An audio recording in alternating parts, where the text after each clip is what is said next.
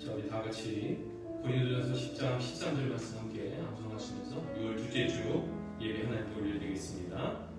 사람이 감당할 시험 밖에는 너희가 당한 것이 없나니 오직 하나님은 믿으사 너희가 감당하지 못할 시험당함을 허락하지 아니하시고 시험당할 즈음에 또한 피할 길을 내사 너희로 능히 감당하게 하시느니라. 아멘. 우리 말씀과 같이 하나님께서 우리 모든 어려움과 또 쉽지 않은 이 시간 가운데 능히 이겨내게 하시고 또 피할 길을 우리에게 주시는 줄로 믿습니다. 우리 다 같이 우리 함께 우리 마음과 정성을 모아서 함께 예수 열방의 소망 함께 찬양하겠습니다.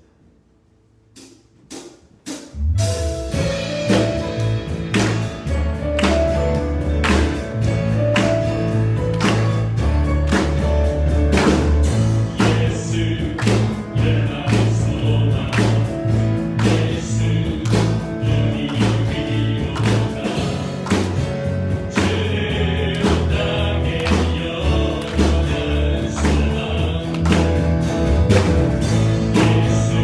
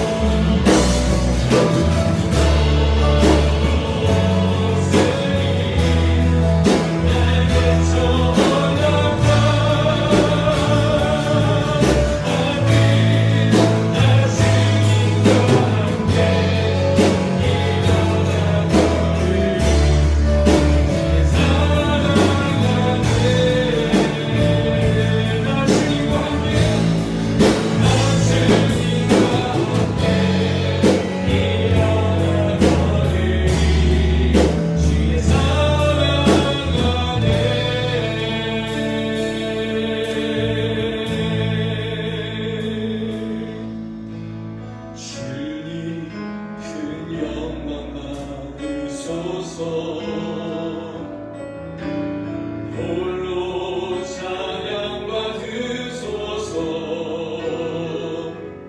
모든 이름 위에 뛰어난 그 이름, 온 땅과 하늘이 다 찬양해. 겸손하게 우리 무릎 꿇고 주 이름 앞에 영광 돌리세. 모두 전하세. 평생 자의 모습 세계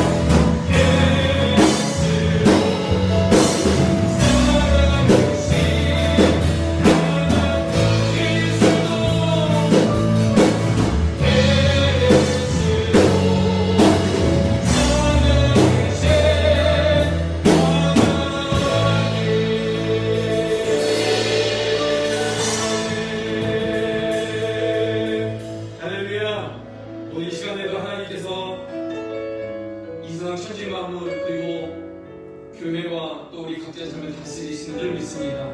그분은 살아계신 하나님이시기에 오늘도 지금 이곳에 전 세계 가운데 하나님께서 하나님의 계획대로 섭리대로 다스리시는 줄로 믿습니다. 미국인 코로나 바이러스가 6월에 들어서 1000명대를 계속 넘더니 어제 하루에 2400명, 저도 다시 확인하고 다시 확인했는데 너무 많은 숫자가 오늘 어제는 어땠는지 모르겠지만 금요일 날 확인한 숫자가 그렇습니다. 끊임없이 사회적 거리두기, 또 마스크 쓰기, 손 씻기 여러 가지 우리 생활 방역에 더 힘쓸 수 있기를 바랍니다. 계속 또 시위 관련된 수립들은 계속 끝나지 않고 또 어제인가요? 제가 뉴스를 봤는데 또 경찰 총격에 사망한 흑인 기사가 또 올라왔어요. 하나님께서 회복해 주시지 않으시면 인간의 어떤 정책이나 방법이 그 모든 것을 다 감싸 안을 수 있을까 그런 생각 계속 하게 됩니다. 지난주도 우리 함께 기도를 나눴던 것처럼 계속적으로 주님 주의 긍휼하심을 구합니다. 이 나라를 불쌍히 여겨주시고 새롭게 해주시고 또 한국을 위해서 우리 기도할 때 북한이 왜 그런지 모르겠어요. 뭔 생각으로 그런지 잘 모르겠어요. 자꾸 사춘기 청소년들처럼 계속 빗나가는 것 같아요. 하나님께서 그 땅도 긍휼히 여겨주시고 한국도 지금 잠잠해진 것 같은데 40명, 50명 확진자가 밀려나는 것으로 2차로 또 이런 어려움이 있을까 염려하고 걱정하고 있는 상황 가운데 있습니다. 이 시간 간절하지만 잠잠하게 하나님 이 나라의 땅을 불쌍히 여겨 주옵소서.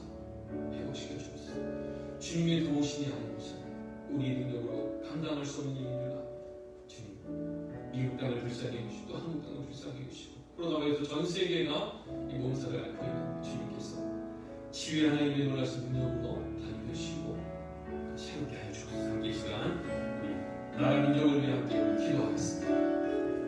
사랑하는 주님, 우리가 우리가 바라볼 것 주님밖에 없습니다. 히스기야 왕이 상황을 보지 않고 얼굴을 벽을 향하여 주님을 향하여 기도했던 것처럼 우리의 마음과 생각을 복잡하게 하고 불안하게 하고 염려하게 하는 그 모든 상황을 뒤로 하고 주님을 바라봅니다. 하나님을 바라봅니다. 주여 하고 주의 도우시는 은혜를 간절히 구할 때 우리가 찬양으로 주 앞에 고백한 것처럼 여전히 하나님께서 살아계시고 다스리시는 분이신 줄 믿습니다. 하나님은 신실하신 분, 믿을 수 있는 분, 변함없는 분, 영원한 분, 그 하나님을 찬양하며 고백하였사오니 우리 창에 고백한 대로 주님 우리 가운데 역사하여 주시고 그 신실하신 하나님의 은혜로 또 회복시키시는 귀한 은혜가 모든 나라 위에 미국 위에 또 한국 위에 온 나라 위에 우리가 살고 있는 이 템파 지역 위에 주님 함께 하시기를 간절히 바라고나 주님 붙들어 주시고 인도하여 주옵소서. 우리가 다시 한번 기도할 때 우리 중국에도 전도 대상자들을 위해서 또 컨텐츠의 후원 아이들과 교회가 후원하는 애들을 한국에 주는 의미에 또 여러 선교단체들 위해서 또 우리 주변에 여러 가지 회복의 은혜가 필요한 많은 분들을 위해서 함께 우리 다시 한번 잠잠하게 함께 기도하겠습니다. 사랑하는 주님, 우리가 지금 이렇게 미국에서 어렵게 살고 있다면 이것보다 상황이 좋지 않은 나라에 또 살고 있는 많은 사람들을 생각해보면 얼마나 어려울까, 얼마나 답답할까, 얼마나 힘들까 우리 능히 짐작할 수 있습니다. 주님, 특별히 우리 중국에도 전도 대상자들 또 컨벤션을 뻔하나이다. 기도에 중보가 필요하고 도움이 필요한 실제적인 도움이 필요한 이들 가운데 함께 기도의 주 앞에 나아갑니다.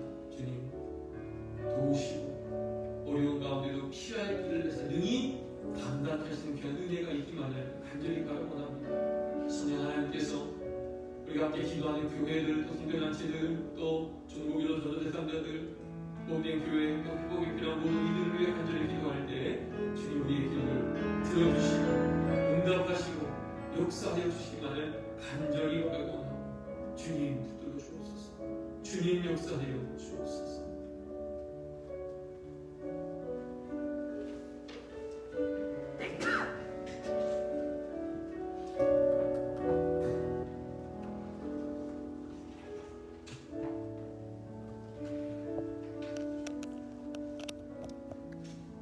사람이 당한 것이 없나니 오직 하나님은 미쁘사 너희가 감당하지 못할 시험 당함을 허락하지 아니하시고 시험 당할 즈음에 또한 피할 길을 내사 너희로 능히 감당하게 하시느니라.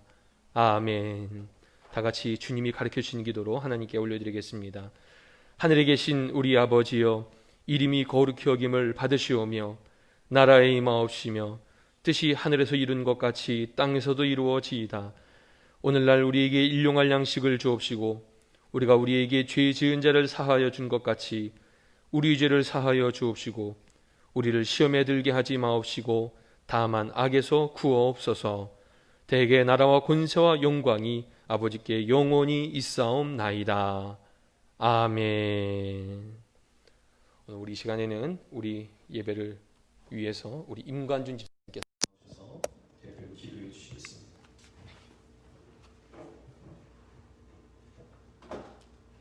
기도하시겠습니다. 사랑의 주님, 오늘 이 시간 거룩한 주일에 온몸 다하여 찬양하며 기도하며 말씀 들으며 예배의 자리에 있게 하시니 감사드립니다. 코로나19로 많은 것이 변화되고 힘든 가운데 있지만 두란노교회 성도들은 영적으로 깨어 하나님 말씀 붙들고 살게 하시니 감사합니다. 항상 낭망치 않고 주님을 따라서 한통할 수 있도록 주여 인도하여 주옵소서. 하지만 신령이 연약하여 하나님께 우리의 시선을 돌리지 않고 빛과 소금의 맛을 잃고 살았음을 회개합니다. 하나님의 뜻 가운데 있지 아니하고 육신이 편한 대로 뒤로 이루거나 게을리 사는 죄를 범한 것 용서하여 주옵소서. 하나님만의 기쁘시게 하는 삶을 살 수 있도록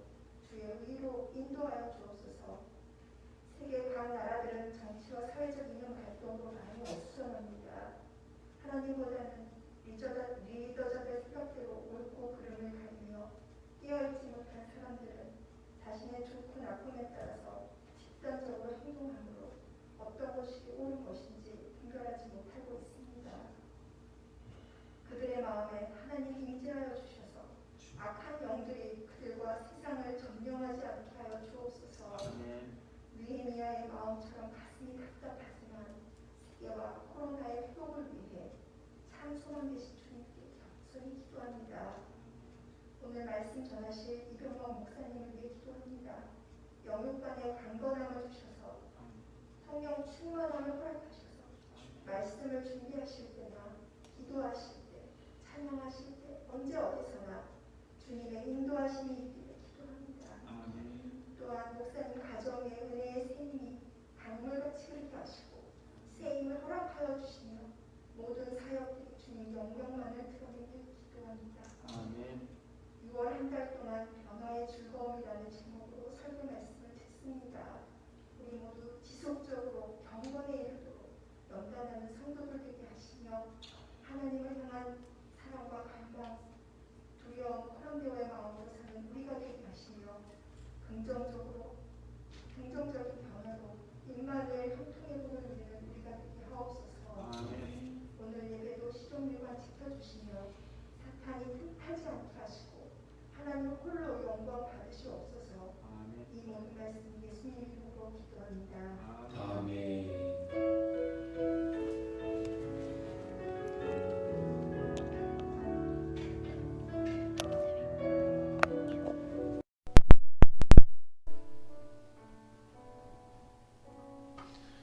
감사합니다. 우리 다 같이 나의 생명 드리니 함께 찬양하시면서 준비한 예배를 하나님께 올려드리겠습니다.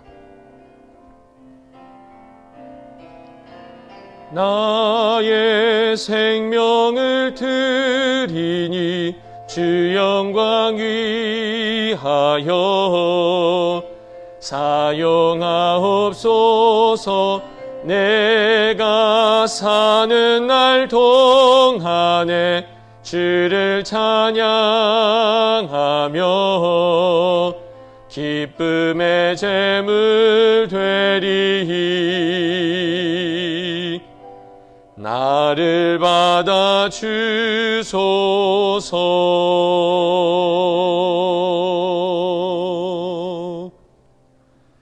기도하겠습니다. 사랑과 내 주님, 어려운 가운데도 우리를 붙드시고 인도하시는 그 은혜에 감사 영광 올려드립니다. 이스라엘 백성들이 마실 물이 없었을 때 바위를 쳐 샘이 나게 하신 하나님의 놀라신 능력과 은혜가 모두가 절망하고 모두가 아파하며 모두가 어찌할 바를 알지 못해 낙심하는 그 순간에도 여전히 우리를 도우시고 살리시고 입히시고 먹이시는 그 하나님의 은혜가 우리 가운데 있음을 믿습니다. 무엇보다 우리가 우리 자신만의 삶을 위해 살아가는 존재로 이 땅에 나지 않았음을 알게 하여 주시고 우리를 통하여 누구에게라도 도움의 손길이 필요하고 또 함께 위로와 격려가 필요한 이들 가운데 찾아가 함께 위로하고 격려하며 두 손 붙잡고 일어설 수 있는 그 귀한 축복의 통로로 우리 하나님께 모든 믿음의 백성들 살아가기를 간절히 바라고 원합니다. 우리의 마음과 정성을 모아 이 예물 주 앞에 올려드리오니 주님, 이 예물을 받으시고 이 예물을 통하여 더욱더 놀랍게 오병이어의 놀라운 기적을 허락하신 그 주의 놀라운 능력의 은혜가 드린 모든 예물 가운데 함께하여 주시고 쓰이는 곳곳마다 예수 그리스도의 은혜와 사랑과 놀라운 능력이 증거되도록 주님 역사하여 주옵소서. 우리의 생업과 우리의 삶을 눈동자와 같이 지켜주시고 인도하실 주님 믿음으로 고백하오며 살아계신 예수 그리스도의 이름으로 간절히 기도하옵나이다. 아멘. 광고 말씀드리겠습니다. 사실 특별한 광고가 없어요. 계속 반복되는 광고이긴 하지만 아무쪼록 우리가 함께 기도했던 것처럼 우리 플로리다 또 미국에 계속 기도해 주시기 바랍니다.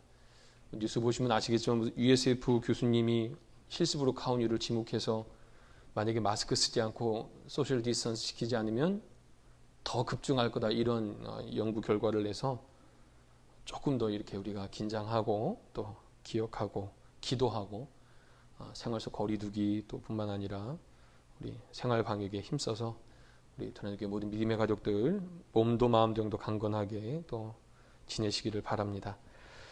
미주성결교회가 온라인으로 진행이 되지만 제가 교단의 정보통신부장을 하게 되어서 제가 TF팀의 팀장을 맡게 됐습니다.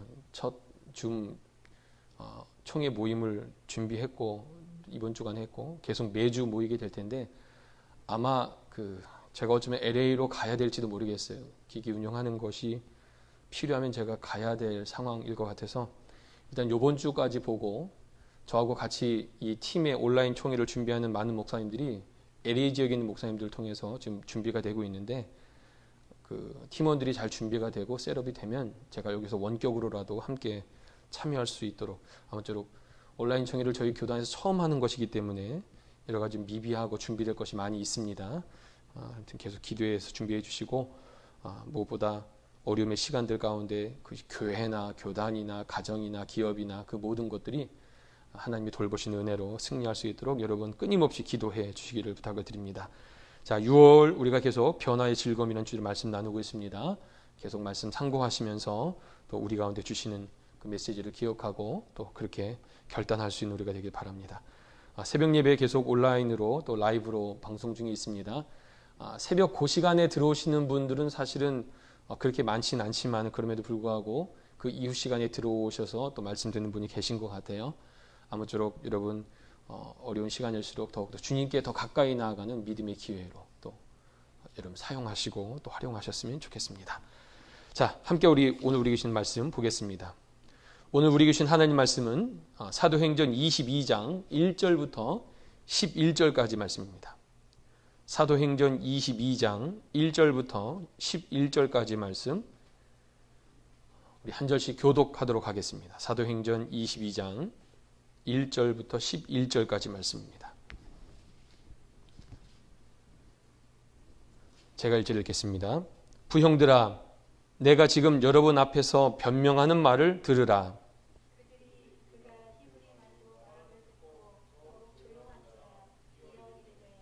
나는 유대인으로 길리기아 다소에서 났고 이 성에서 자라 가말리알의 문화에서 우리 조상들의 율법의 엄한 교훈을 받았고 오늘 너희 모든 사람처럼 하나님께 대하여 열심히 있는 자라.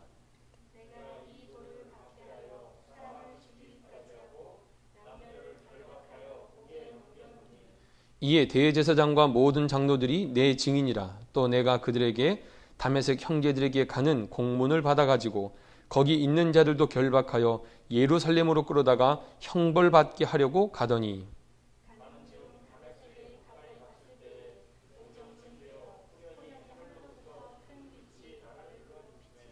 내가 땅에 엎드려져 들으니 소리 있어 이르되 사울아 사울아 내가 왜 나를 박해하느냐 하시거늘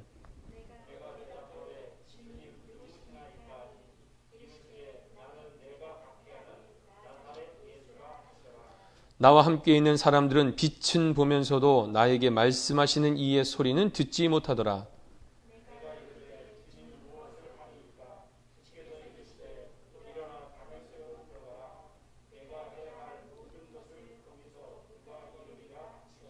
우리 다 같이 함께 봉독합니다.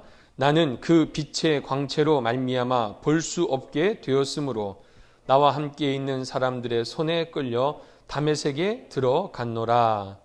아멘.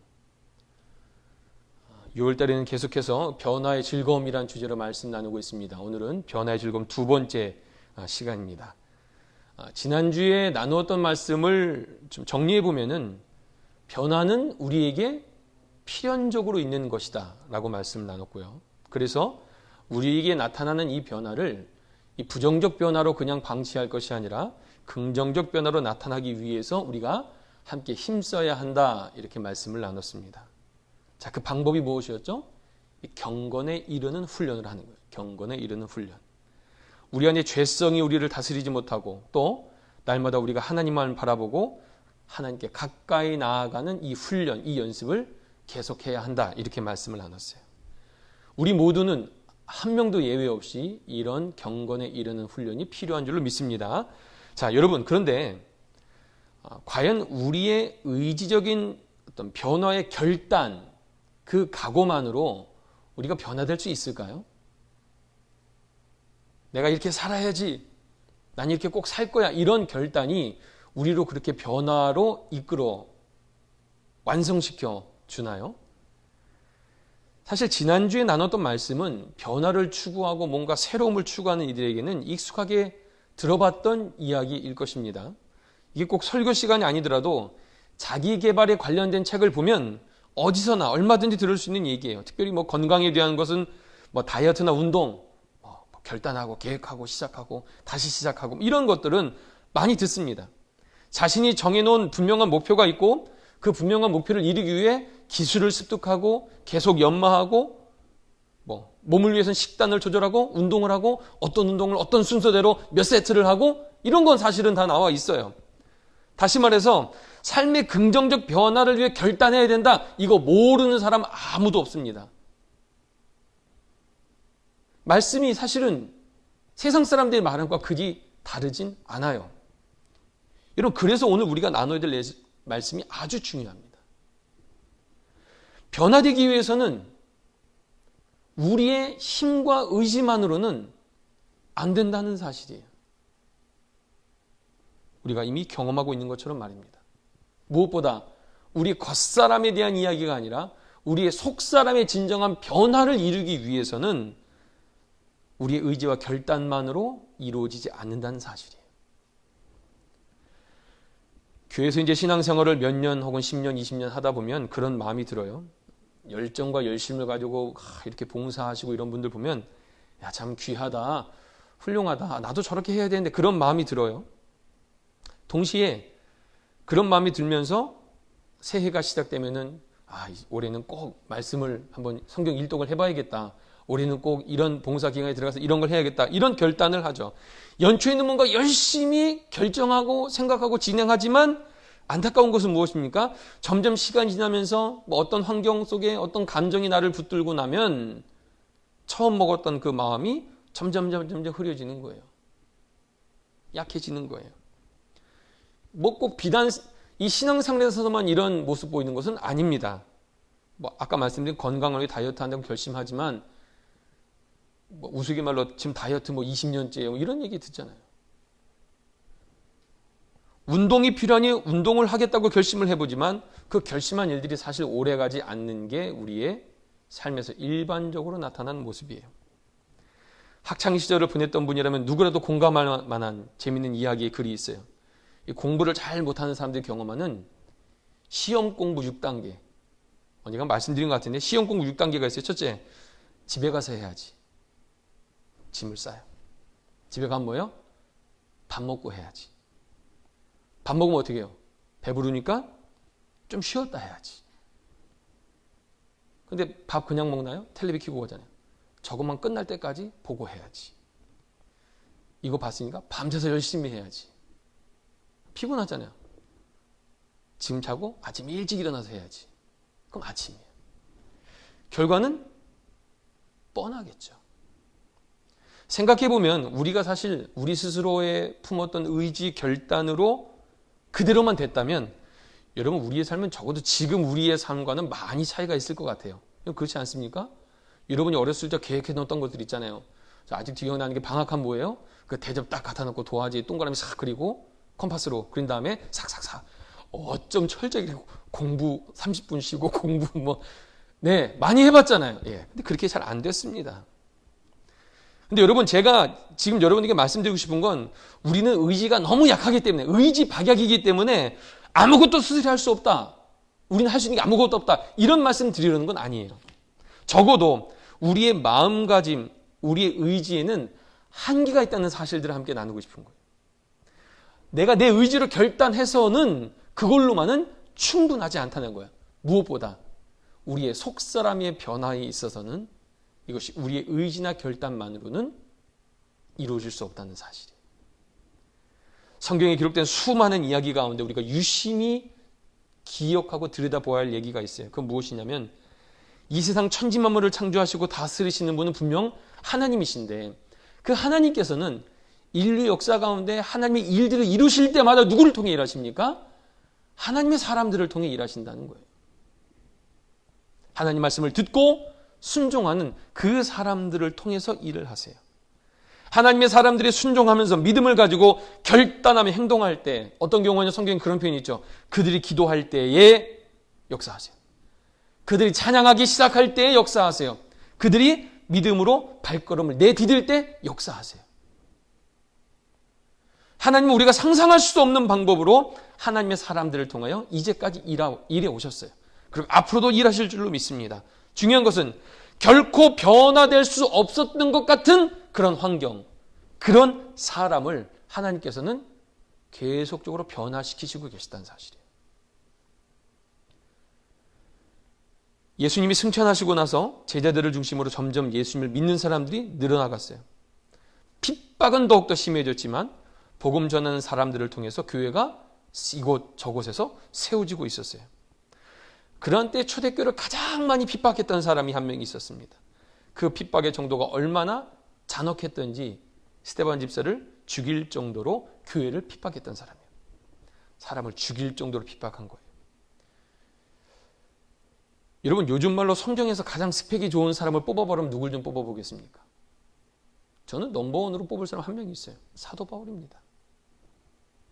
가말리엘이 문해생으로. 가말리엘은 사람 이름이에요. 가말리엘은 그 당시 최고 석학이에요. 우리나라 중에 석학이라고 말하는 분이 몇 분 계시잖아요. 이어령 교수님 같은 석학이라고 그러죠. 그 밑에 문화생, 제자였던 거예요. 출신도 다소라는 큰 도시의 출신이고 바리새인으로서 율법에 능통한 그런 가문 출신이에요. 게다가 부모가 로마 시민권을 가지고 있었으니 그도 당연히 로마 시민권을 가지게 됩니다. 여러분, 지금 시민권을 가지고 계신 분들을 경험해 보셨겠지만 미국에서 시민권 얻는 게 쉽지 않죠. 그 당시 로마의 시민권을 얻으려면 군인으로 복무하고 20년을 복무해야 시민권을 줬다는 거예요. 쉽지 않은 거죠. 그냥 얻어지는 게 아닙니다. 그러니까 사도 바울은요, 자신이 태어나면서부터 얻게 됐던 신분, 또 자라면서 받았던 높은 교육 수준, 자신이 누리고 있던 모든 것들은 사실 그 당시 세상 사람들이 바라볼 때 누구라도 부러워할 만한 모든 것들을 다 가지고 있었던 사람이었어요. 여러분, 이게 무슨 말인지 아시겠습니까? 이걸 좀 바꿔 표현하면 이런 의미예요. 그는 그의 인생에서 내가 변화돼야지 변화될 가능성이나 필요성을 느끼지 못하는 상태라는 거예요. 무슨 말이냐면 내가 지금 가난하고 어려울 때 나의 열정과 동기가 뭐가 돼요? 부자로 살아야겠다. 열심히 일하잖아요. 사도 바울은 이미 누리고 있는 게 충분하기 때문에 내가 뭘 이렇게 어떤 모습으로 돼야지 그런 어떤 변화의 시도나 변화의 노력이 필요 없는 상태라는 걸 제가 말씀드리는 거예요. 스스로는 말입니다. 무엇보다 종교적으로는 어떻습니까? 베냐민 지파 사람이었어요. 율법으로는 바리새인이었어요. 누구보다 종교적인 열심과 열정이 있었던 사람이에요. 그렇기 때문에 바울은 예수님 만나기 전에 자기 확신과 자기의 의의가 충만했던 사람이에요. 이 정도면 됐지. 충분해. 난 이렇게 열심히 살고 있어. 라고 말입니다. 사도 바울 자신이 그 신앙적이고 개인적인 관점으로 볼 때, 그래서 예수님을 따르는 사람들을 바라볼 때 이건 용납이 안 되는 거예요. 이미 예수님 시대에 예수님이 율법을 안 지켰잖아요. 그들 관점에서.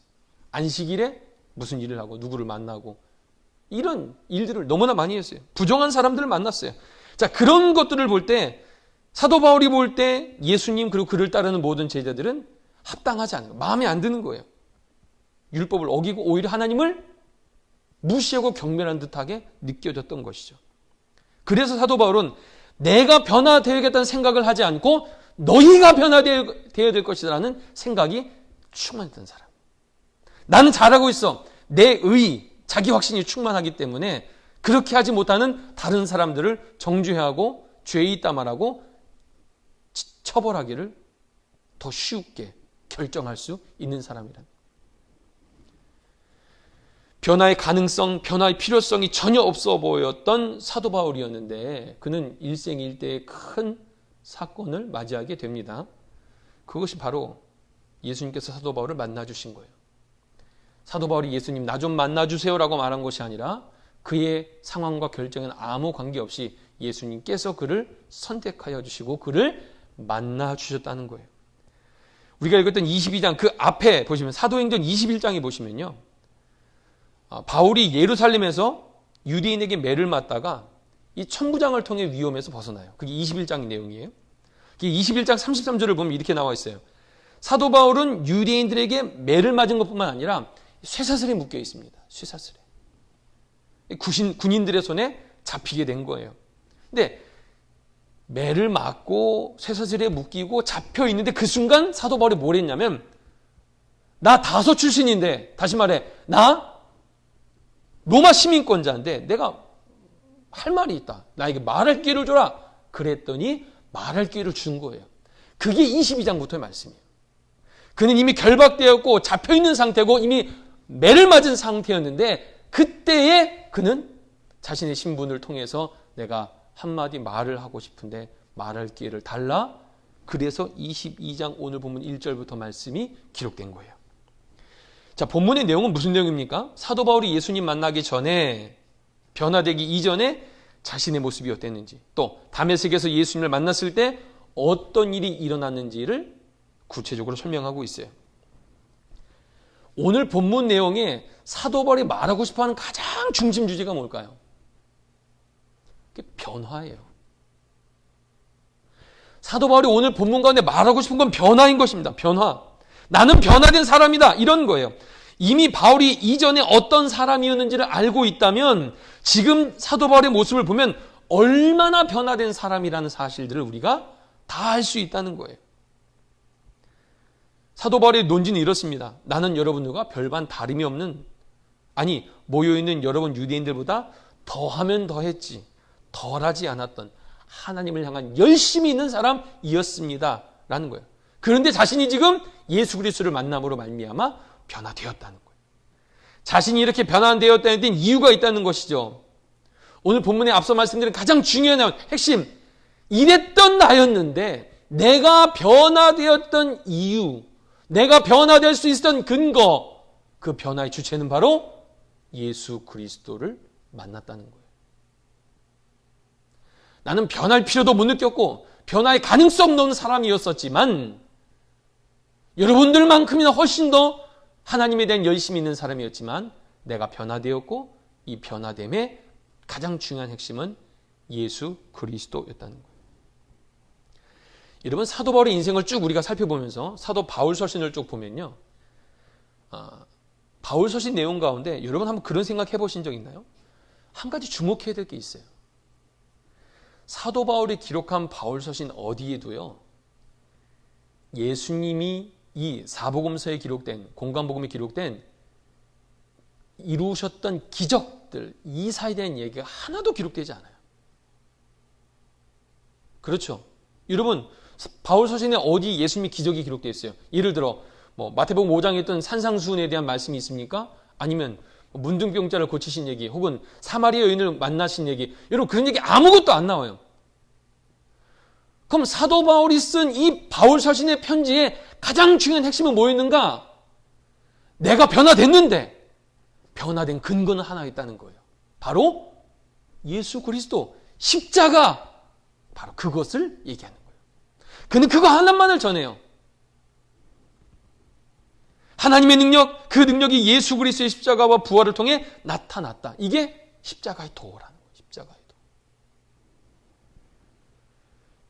왜 이렇게 전할 수밖에 없었을까요? 사도 바울은 그의 인생을 완전히 변하도록 만든 것이 십자가이기 때문에 그래요. 기적 보고 변한 거 아니에요. 뭘 먹어서 변한 게 아니에요. 십자가가 그를 변하게 만든 거예요.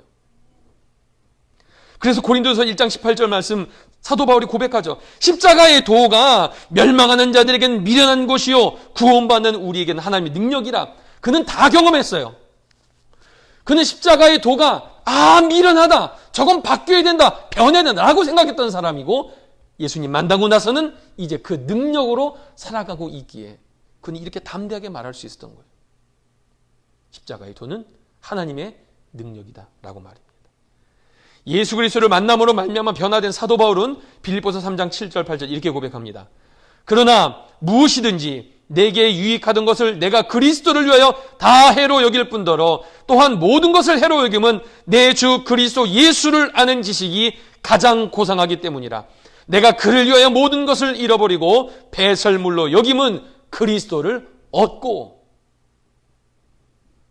내가 어떤 지식보다 내 주 예수 그리스도를 아는 지식이 가장 프레셔스하다, 고상하다는 거예요. 특별하다는 것입니다.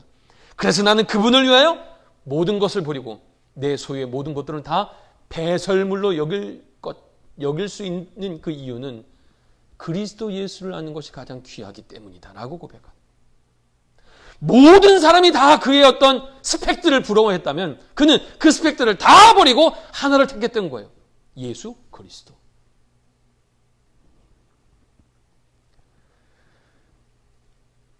세상 관점에서 보면 부족함이 전혀 없는 완벽한 조건을 가지고 있었던 사도 바울이었지만 그는 예수 그리스도를 만나고 나서 그의 겉사람도 변했고 중요한 것은 그의 속사람이 완전히 새로운 사람으로 변화되어졌던 거예요. 사도 바울은 갈라디아 교회를 향하여 이렇게 편지했습니다. 우리가 너무나 잘 아는 갈라디아서 2장 20절 말씀이에요. 내가 그리스도와 함께 십자가에 못 박혔나니 그런즉 이제는 내가 사는 것이 아니요 오직 내 안에 그리스도께서 사시는 것이라. 이제 내가 육체 가운데 사는 것은 나를 사랑하사 나를 위하여 자기 자신을 버리신 하나님의 아들을 믿는 믿음 안에서 사는 것이니라. 사도 바울은 예수 그리스도로 말미암아 변화된 다음에 예수 그리스도를 믿는 믿음 안에 내가 살고 있습니다. 이거 바꿔 말하면요, 나는 예수 없으면 죽습니다 이 말이에요. 내가 예수로 살고 있습니다라는 말은 예수가 없으면 나는 죽을 수밖에 없는 존재입니다라는 거예요. 여러분 최근에 여러분 어떤 부정적 생각으로 여러분 안에 막 씨름해 본 적이 있나요? 마음속에 염려, 근심이 자신을 막 짓누르려 할 때 내가 이런 부정적 마음을 좀 이겨내려고 좀 노력해 본 적이 좀 있으신가요? 혹은 다른 사람을 미워하지 않으려고, 혹은 다른 사람을 사랑하려고 내가 정말 저 사람 사랑해야 돼! 그런 마음으로 한번 노력해 보신 적이 있으십니까? 여러분 이런 모든 마음에 관련된 노력의 공통점이 뭔지 아세요? 내 마음인데 내 의지대로 안 된다는 거예요. 내 마음인데 말입니다. 머릿속에 그런 생각은 나쁜 것이고 나쁜 감정은 이제 그만 아무리 외쳐도 마치 문틈 사이에 연기가 이렇게 들어오듯이 우리의 마음속에 언젠가 또 그 마음이 차요. 여러분 그래서 진정한 변화를 원한다면 우리가 바라봐야 할 분은 오직 한 분밖에 없어요. 예수 그리스도입니다. 내 의지, 내 결단이 우리를 궁극적으로 변화시키는데 한계가 있기 때문에 우리를 온전히 새롭게 변화시키실 분, 사도 바울이 경험했던 예수 그리스도, 그분만이 우리를 변화시키실 수 있는 거예요. 고린도서 5장 17절 말씀 보면 그런즉 누구든지 그리스도 안에 있으면 새로운 피조물이라. 이전 것은 지나갔으니 보라 새 것이 되었도다. 사도 바울은 누구든지 그리스도 안에 있으면 새로운 피조물이라고 말하는 거예요. 그가 그렇게 말할 수 있는 근거가 뭔지 아세요? 그가 그렇게 되었기 때문에 그래요. 내가 예수 안에 있으니 이전에 나는 온데간데 없고 내가 다시 새롭게 창조된, 지음받은 새로운 피조물이 되었기에 그는 담대하게 말하는 거예요. 우리 모두가 예수 그리스도 안에 있을 때 우리는 새로운 피조물이 됩니다 라는 거예요. 조금 더 정확하게 표현하면 이런 것입니다.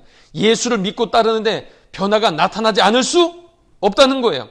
나아가 새로운 피조물과 같이 변화되지 않았다면 그는 예수 그리스도 안에 거하지 않았기 때문에. 이것은 우리의 의지나 결단의 문제를 넘어서 사도 바울은 십자가의 죽음과 거듭남에 대해서 그 변화된 근거를 말하는 거예요. 자신 스스로 아무리 변화되려고 노력한다고 해서 변화되는 것이 아니라 우리가 십자가에서 우리 자신이 죽어질 때 우리는 그때로 새롭게 변화되는 거예요. 내가 변화돼야지라고 변화되는 것이 아니라 내가 십자가의 주와 함께 죽게 될 때에 그제서야 비로소 우리는 변화되는 것입니다. 따라서 변화하려고 노력하기 전에 먼저 믿음으로 십자가에 자기 몸을 죽여야 합니다. 이미 십자가의 죽음을 경험한 그리스도인이라면 얼마든지 변하여 새로운 삶을 살아갈 수 있는 거예요. 누구라도 말입니다. 제가 전에도 이렇게 말씀드렸어요. 예수 그리스도를 내 삶의 주인으로 모신 후에 우리 삶의 변화가 사람들마다 좀 차등이 있을 수 있어요. 빨리 변하고 새롭게 변하고 정말 레디컬하게 팍 엄청난 일을 결단하는 사람이 있을 수도 있어요. 근데 어떤 사람은 더딜 수 있단 말이에요. 근데 중요한 건 무엇입니까? 비록 더딜지라도 예수 그리스도를 삶의 중심에 모셨는데 예수님을 주인으로 모시고 살고 있는 인생이 변하지 않을 수는 없는 거예요. 여러분 이 사실들을 꼭 기억하시길 바라요. 우리가 십자가에서 죽을 때 우리는 주와 함께 비로소 새로운 삶으로 변화되는 거예요. 내가 죽지 않으면 변화되지 않아요. 로마서 6장 7절, 6절 7절 말씀 보면 이렇게 나와 있어요. 우리가 알거니와 우리의 옛사람이 예수와 함께 십자가에 못 박힌 것은 죄의 몸이 죽어 다시는 우리가 죄에게 종노릇 하지 아니하려 함이니 이는 죽은 자가 죄에서 벗어나 의롭다 하심을 얻었음이니라. 그리스도인들은요, 변화된 삶을 살아가는 주체는 내 자신이 아니에요. 예수 그리스도이시고 성령님이심을 여러분 기억해야 돼요. 이 그리스도 안에서 거듭난 이후 변화된 새로운 삶을 유지하기 위해서는 그래서 내 맘과 내 뜻, 우리 지난주 말씀을 빌려보면 죄성에 이끌려 살아가는 것이 아니라 하나님의 성령의 뜻대로 이끌려 살아가는 거예요. 육체의 소욕과 성령의 소욕이 있는데 예수 그리스도로 변화되고 죽은 사람은요, 성령의 소욕이 육체의 소욕을 누르며 사는 거예요. 이 땅에 사는 한 계속 육체의 소욕은 나옵니다. 우리에겐 욕구가 있잖아요. 잠을 자야 되고 먹어야 되고 욕구가 있어요. 명예에 대한 욕구 다 있습니다. 누구라도 있어요. 그런데 예수 그리스도를 만나고 그를 삶의 주인으로 모신 인생은 육체의 소욕이 있지만 성령의 소욕이 더 커서 언제나 이것을 잠재울 수 있는 거예요. 언제나.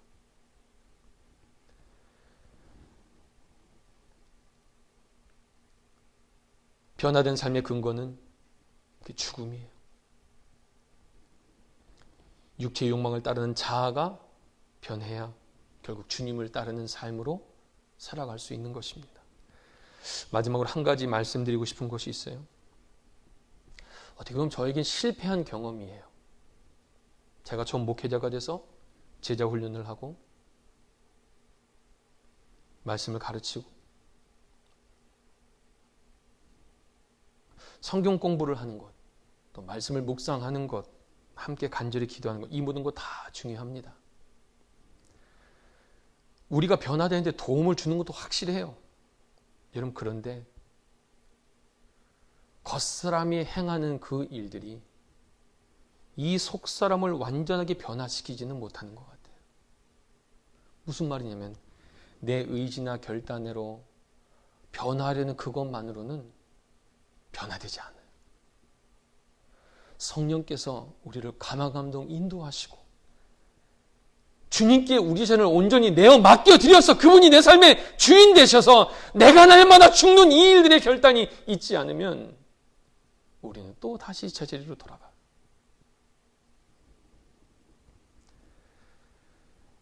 훈련을 열심히 하면 일시적으로 변한 것처럼 보이지만 환경이 바뀌고 그 환경을 벗어나면 다시 옛 모습으로 돌아가는 거예요. 제가 사실 예수전도단에 있으면서 예수전도단 DTS라는 훈련 과정이 제일 베이직이고 누구나 해야 되는 훈련 과정이 있어요. 학교를 다닐 땐 UDTS라고 학교에서 이제 기숙하면서 훈련을 받아요. 저는 그때 약간 좀 이렇게 뭐라 그럴까, 어디 한번 두고 보자 이런 마음이 있어서 들어가진 않았어요. 근데 그 훈련을 마친 친구들이 하면서 너무 좋은 거예요. 변화도 되고 열심도 있고. 근데 그 합숙 생활을 끝나고 나서 다시 삶의 필드에 나오면 옛날의 삶을 그리워할 뿐 변하는 삶이 지속되기는 어렵더라고요. 무슨 말이냐면 그 환경을 벗어나니까 또 익숙한 나의 죄성을 따라 살아가는 거예요. 예수 그리스도로 온전히 변화되어서 그것을 날마다 붙들지 않으면 그것은 지속되지 않아요. 여러분 다 은혜 받아봤잖아요. 콧물 흘려 기도해봤잖아요.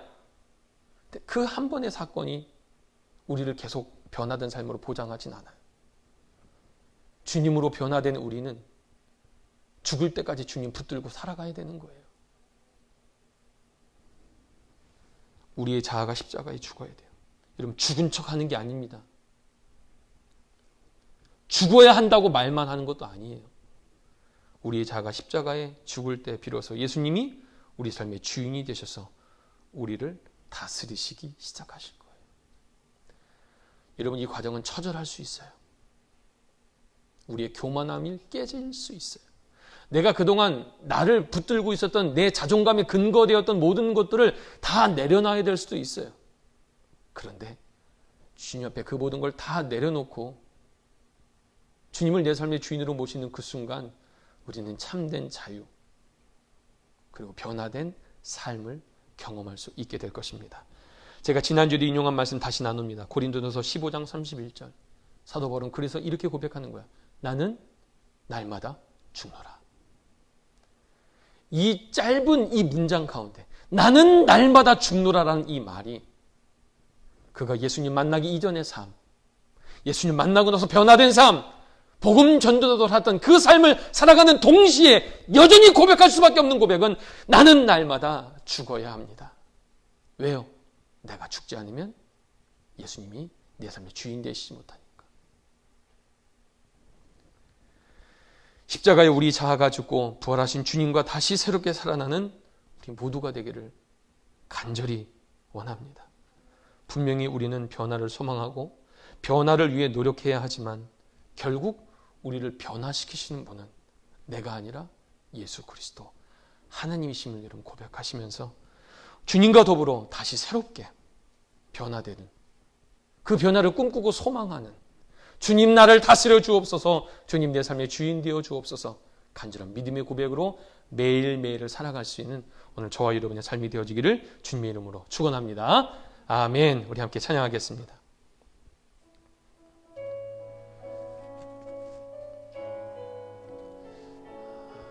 우리 자신이 죽어지는 이 과정은요, 사실은 되게 아픈 시간입니다. 교만한 척했고 의로운 척했던 모든 사람들도요, 내 인생의 한계를 딱 만나는 순간 그 모든 것들을 다 내려놓을 수밖에 없게 돼요. 여러분, 한 가지 기억하시길 바라요.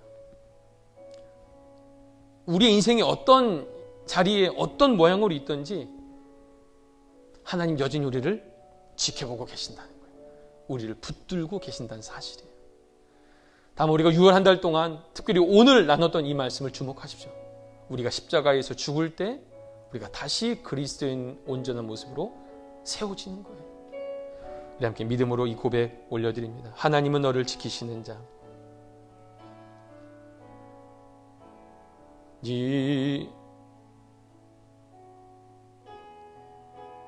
네.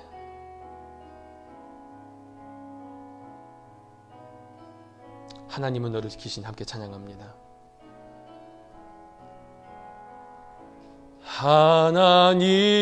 하나님은 너를 지키시는 자, 너의 우편에 그늘 되시니 낮의 해와 밤의 달도 너를 해치 못하리. 하나님은 너를 지키시는 자, 너의 환난을 면케하시니 그가 너를 지키시리라. 너의 출입을 지키시리라. 눈을 들어 산을 보아라. 너의 도움 어디서 오나. 천지 지으신 너를 만드신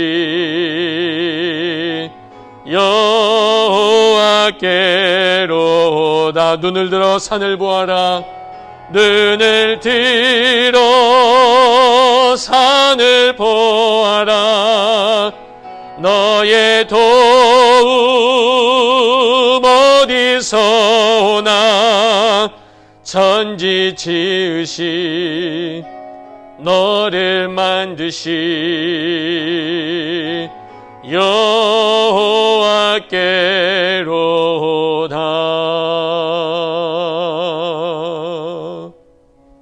이렇게 기도하기 원합니다. 제가 한 2주 전 새벽 예배 때 그 말씀 나눴어요. 우리의 자기중심성을 극복하는 것이 주님 닮아가는 거예요. 여전히 자기중심의 삶을 살아가고 있다면 우리는 죄를 짓는 길로 가게 될 것입니다. 우리가 십자가에 우리 자신을 내어드리지 않으면 우린 여전히 자기중심성에 교회를 다녀도 그렇게 사는 거예요. 우리 철저히 이 시간 다시 한번 믿음으로 고백하기 원합니다. 주님, 내 삶의 주인 예수 그리스도 되시길 원합니다. 말만이 아니라 내 모든 선택권, 내 모든 결정할 수 있는 그 모든 권한들 주께 맡겨드리고 저는 그저 주님 말씀하신 대로 순종하며 살기를 원합니다. 이렇게 살 때 더욱더 주님 닮아가는 변화의 은혜를 경험하게 하여 주옵소서. 함께 말씀을 기억하시면서 우리 결단하며 기도하겠습니다. 사랑하는 주님, 오늘 이 시간 말씀을 통해서 우리가 다시 한번 기억하기 원합니다. 우리가 십자가에서 죽지 않으면, 우리의 자아가 그 십자가에 못 박히지 않으면 여전히 내가 주인되고 여전히 내 마음대로 이 자기 중심성을 극복하지 못하고 교회는 다니고 예수를 믿는다고 말은 하지만 그것은 그저 나를 꾸미는 하나의 스펙일 뿐, 나 중심의 삶을 살아갈 때 우리는 진정한 변화를 경험할 수도 없고 진정한 변화를 체험할 수도 없는 사실들을 우리로 깨달아 알게 하여 주옵소서. 믿음의 백성들의 삶을 주님 기억하여 주시고 매일매일 우리의 삶에 더욱더 주님 닮아가며 나의 삶의 주인이 바로 예수 그리스도이심을 사도 바울의 고백과 같이 나는 날마다 죽노라. 우리가 날마다 그 믿음의 고백을 하나님께 올려드림으로 말미암아 하루하루 매일매일의 삶이 어제와 달리 오늘은 주님을 조금 더 사랑하고 조금 더 주님을 닮아가며 조금 더 주님의 기쁨이 되는 변화된 삶을 살아갈 수 있는 우리 하나님께 모든 믿음의 백성들 되게 하여 주옵소서.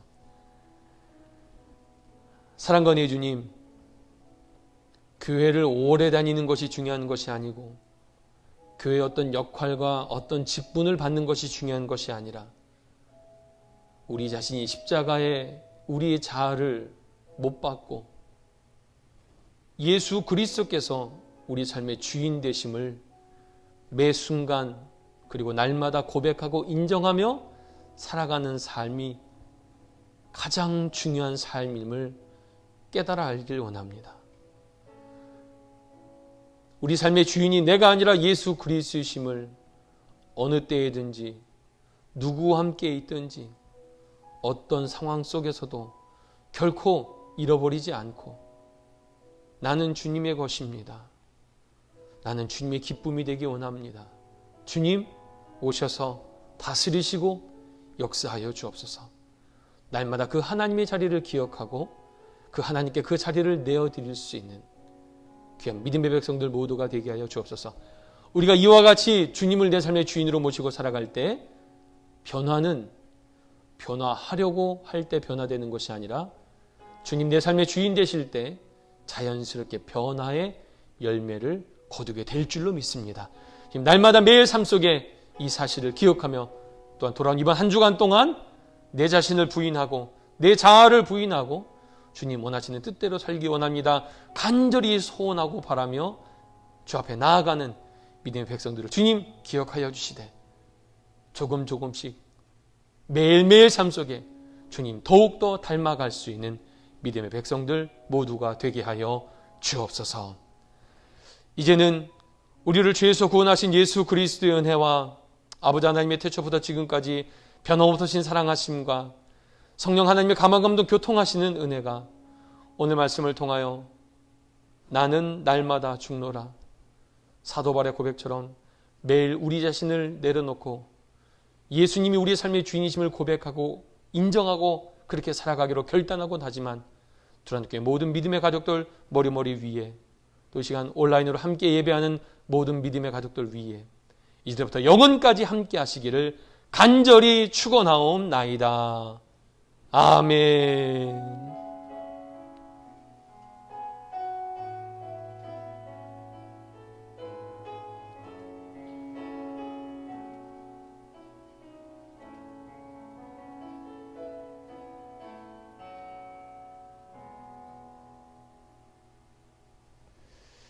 네, 예배를 마쳤습니다. 감사합니다. 한 주간도 주님의 이름으로 승리하시는 귀한 믿음의 백성들 되기 원합니다. 특별히 생활방역에 또 조심해 주셔서 또 건강한 모습으로 또 뵙기를 원합니다. 감사합니다.